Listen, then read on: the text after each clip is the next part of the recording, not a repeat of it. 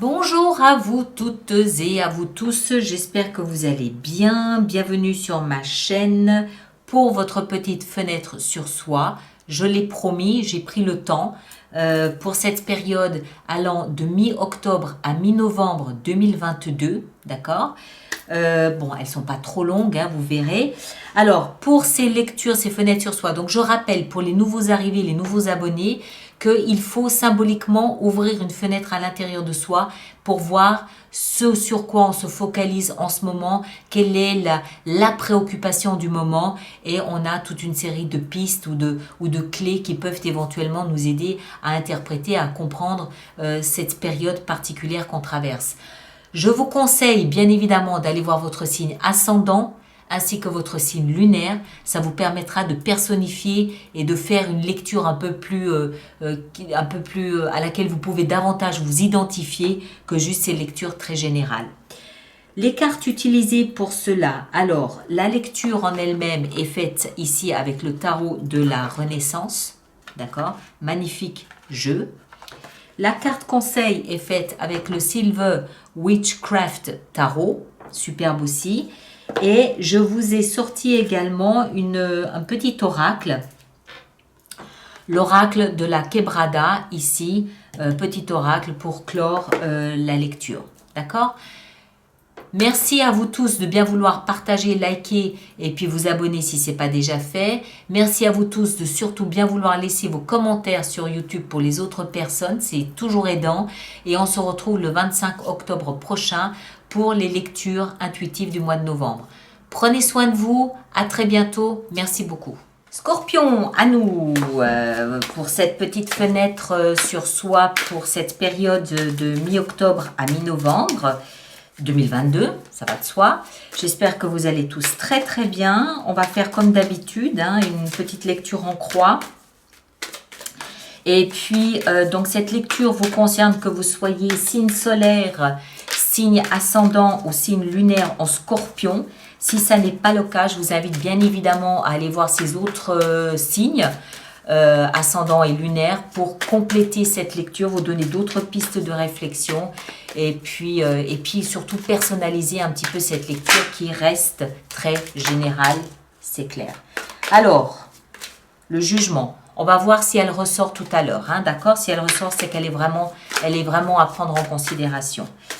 Alors, on y va, on est parti. Donc, Scorpion, ascendant solaire ou lune, au cœur de votre lecture, vous avez la 10 de bâton. Alors, 10 de bâton nous parle d'une période peut-être un petit peu harassante, difficile physiquement, difficile en termes d'énergie. Trouver la motivation, trouver la passion, trouver la créativité, trouver de l'enthousiasme à faire ce que vous faites. Période où vous pouvez être fatigué, harassé, encore une fois. C'est vraiment le terme qui me vient là. Harassé, harassante, la période. Voilà. Ça peut nous parler d'une très grosse fatigue physique. Je vais y arriver. Très grosse fatigue physique à la limite du burn-out, mais ça peut aussi nous parler de fardeau, de poids, de charge, de lourdeur, de complications à gérer, des difficultés à gérer, à négocier, à porter, bref. Vous avez l'impression de porter le monde sur vos épaules et ça vous courbe le dos, ça vous épuise. Voilà, période peut-être un peu difficile pour vous là en ce moment. La bonne nouvelle, c'est que c'est un chiffre 10 qui lui augure de la fin d'un cycle. Donc automatiquement, une fois que vous aurez négocié avec ça, automatiquement quelque chose de nouveau se mettra en place. Dans la tête, nous avons l'empereur. Waouh! Alors, dans la tête, vous êtes solide comme un chêne. Vous avez les pieds bien ancrés dans le sol, vous ne faiblissez pas, vous êtes bien droit, vous êtes bien présent, vous dégagez une espèce de confiance, vous dégagez une certitude, une conviction intime que vous êtes la personne qu'il faut, à l'endroit qu'il faut et que vous faites ce qu'il faut pour le bien de vous et des autres. Voilà, il y a cette espèce de... L'empereur, c'est le patriarche. D'accord? Et c'est ce que vous avez dans votre tête. Donc pour moi, ça veut dire que je cherche le mot juste, vous vous identifiez au patriarche de votre existence. Que vous soyez seul ou avec 4 enfants, la belle-mère, le beau-père, la tante Berthe, peu importe. Vous êtes en charge de votre vie et vous êtes comme ce grand chêne, solide, droit, vous ne faiblissez pas, vous ne vacillez pas, vous êtes là et vous êtes, c'est moi qui décide et personne d'autre qui décide pour moi. D'accord ? Le socle, c'est-à-dire ce sur quoi vous vous appuyez pour traverser cette période, même si on compte beaucoup là-dessus, on a le roi de coupe. Alors, il peut s'agir d'une personne dans votre vie, d'un signe d'eau comme vous, Cancer, Poisson, Scorpion, ou d'un homme, j'ai presque envie de dire, un père ou un grand frère qui serait très attentif à votre bien-être émotionnel, à votre confort émotionnel. Il peut éventuellement s'agir d'un mari pour les femmes ou d'une femme pour les hommes, d'accord ? Quelqu'un qui est très attentif à ce que émotionnellement vous soyez nourri, vous soyez comblé, voilà. Maintenant, on peut aussi comprendre par là que c'est vous qui vous assurez d'être solide dans vos émotions, d'accord? Que vous soyez homme ou femme, le roi de coupe, c'est une énergie qui est assertive, qui est confiante, qui a de la maîtrise, qui a de la droiture, qui est intègre au niveau de ses émotions. Donc, comme c'est le socle sur lequel vous vous appuyez, vous êtes probablement toujours en train de veiller à ce que vos émotions soient le plus pures possible, à ce que vos émotions soient solides. Solide, je veux dire par là que voilà, il n'y a pas un grain de sable dans la machine. Vos émotions sont pures et vous êtes toujours en accord avec vos émotions. Quoi que vous fassiez, c'est en accord avec vos émotions. D'accord? Et toujours la porte est grande ouverte entre vous et vos émotions. Donc vous écoutez et vous adaptez, vous êtes toujours, c'est vraiment la grande entente parce que grande confiance entre vous et vos émotions. Le passé, de là d'où vous venez, ah ben le voilà, notre jugement. Jugement. Alors, le jugement, c'est une énergie qui est difficile. C'est le phénix qui renaît de ses cendres.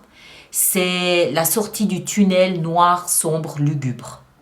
Vous émergez à la lumière, c'est une renaissance, c'est une réincarnation, c'est un renouvellement, c'est un rajeunissement, c'est une redécouverte de qui vous êtes, c'est un quelque chose, d'accord ? Il y a vraiment cette notion de renaissance, c'est de là d'où vous venez. Donc ça veut dire que c'était les mois précédents. Ça peut être difficile, le phénix quand il renaît de ses cendres, on n'oublie pas que précédemment il a été brûlé jusqu'à la dernière cellule. Il ne restait plus rien de l'ancien phénix. Dès lors, le nouveau peut émerger ou re-émerger. Émerger, on va dire, d'accord? Donc, c'est de là d'où vous venez. Et vous entrez dans cette configuration ici avec cet état d'esprit-là. Je suis revenu à quelque chose, je reviens, je renais, je redécouvre ma vie, je me redécouvre. Et je reviens avec cette force dans ma tête de l'empereur, la force de mes émotions, mais quand même encore 2-3 petites choses à gérer, difficiles, compliquées. Probablement les conséquences ici de cette renaissance. D'accord?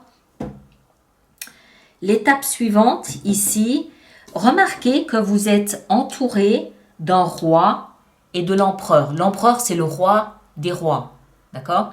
Donc vous êtes, que ce soit la tête ou que ce soit le socle, le sol ou la tête, vous êtes entouré d'énergie, de principes masculins. Je veux dire par là de force, de contrôle, de maîtrise, d'ouverture sur l'extérieur, de leadership, c'est-à-dire d'entre-gens. Vous voyez ce que je veux dire? Ouvert sur l'extérieur. Vous n'êtes pas rembobiné sur vous-même, complètement bloqué, complètement fermé. Et là où vous allez, on a le cavalier d'épée. Alors, je pense que vous allez régler 2-3 comptes. Le cavalier d'épée, c'est un cavalier qui communique, mais quand il communique, c'est à sa façon. Il prend le chemin généralement le plus rapide, le plus court, le plus efficace c'est pas forcément non plus le plus diplomate. D'accord? Quand il a quelque chose à dire, il le dit. Point. Les conséquences, à vous de vous débrouiller avec. Et en fait, il intervient tellement rapidement qu'on n'a même pas le temps de le voir arriver qu'il est déjà reparti. Donc, je pense que là où vous allez, c'est effectivement vers peut-être 2-3 pas remises en cause, mais 2-3 explications, 2-3 éclaircissements, 2-3... voilà, il faut que je donne mon point de vue, voilà comment les choses se passent. C'est boum, boum, c'est efficace, mais c'est pas très... voilà, c'est pas très diplomate. D'accord? Alors, une petite carte conseil pour vous, amis scorpions. Qu'est-ce que nous avons? D'autant plus qu'on a quand même l'empereur et un roi ici. Donc, vous êtes au fait de ce que vous ressentez. Vous êtes au fait de ce que vous avez dans la tête. Vous savez d'où vous venez. Et donc, les ennuis là, avec lesquels vous devez négocier un petit peu, là, avec lesquels vous devez composer, vous allez très vite remettre tout ça dans le droit chemin. Et puis, personne n'aura envie de vous contredire ou d'intervenir. Ou voilà, hein. Alors, petite carte conseil pour nos amis scorpions, la 6 de coupe. 6 de coupe, ça veut dire... 6 de coupe, c'est une énergie de l'enfance. C'est l'enfant avec sa pureté, avec son intégrité, avec ce côté très innocent. D'accord? Voire candide, voire puéril. Mais sans connotation péjorative. C'est cette pureté. Donc, la carte conseil, pour moi, c'est à amener un peu de douceur ici dans ce côté très, très catégorique et très cartésien et très, très tranchant. Amener une petite note de douceur, amener une petite note chocolatée pour atténuer peut-être un petit peu la communication qui peut être un peu tranchante. Hein, d'accord? Alors, encore une petite carte oracle pour vous. Une petite carte oracle. Qu'est-ce que nous avons? L'union, 12. Alors, l'union, on a. C'est une carte qui représente une forte entente, une alliance, une relation. Bon. Peut-être que tout ça a à voir avec une relation, une amitié, un amour, c'est possible. À vous de voir. Merci de partager, de liker et de laisser vos commentaires sur YouTube, s'il vous plaît. Allez voir bien évidemment votre signe ascendant, votre signe lunaire pour compléter la lecture. Et puis nous, on se retrouve le 25 octobre prochain pour les lectures intuitives du mois de novembre. D'accord? Portez-vous bien et à très bientôt.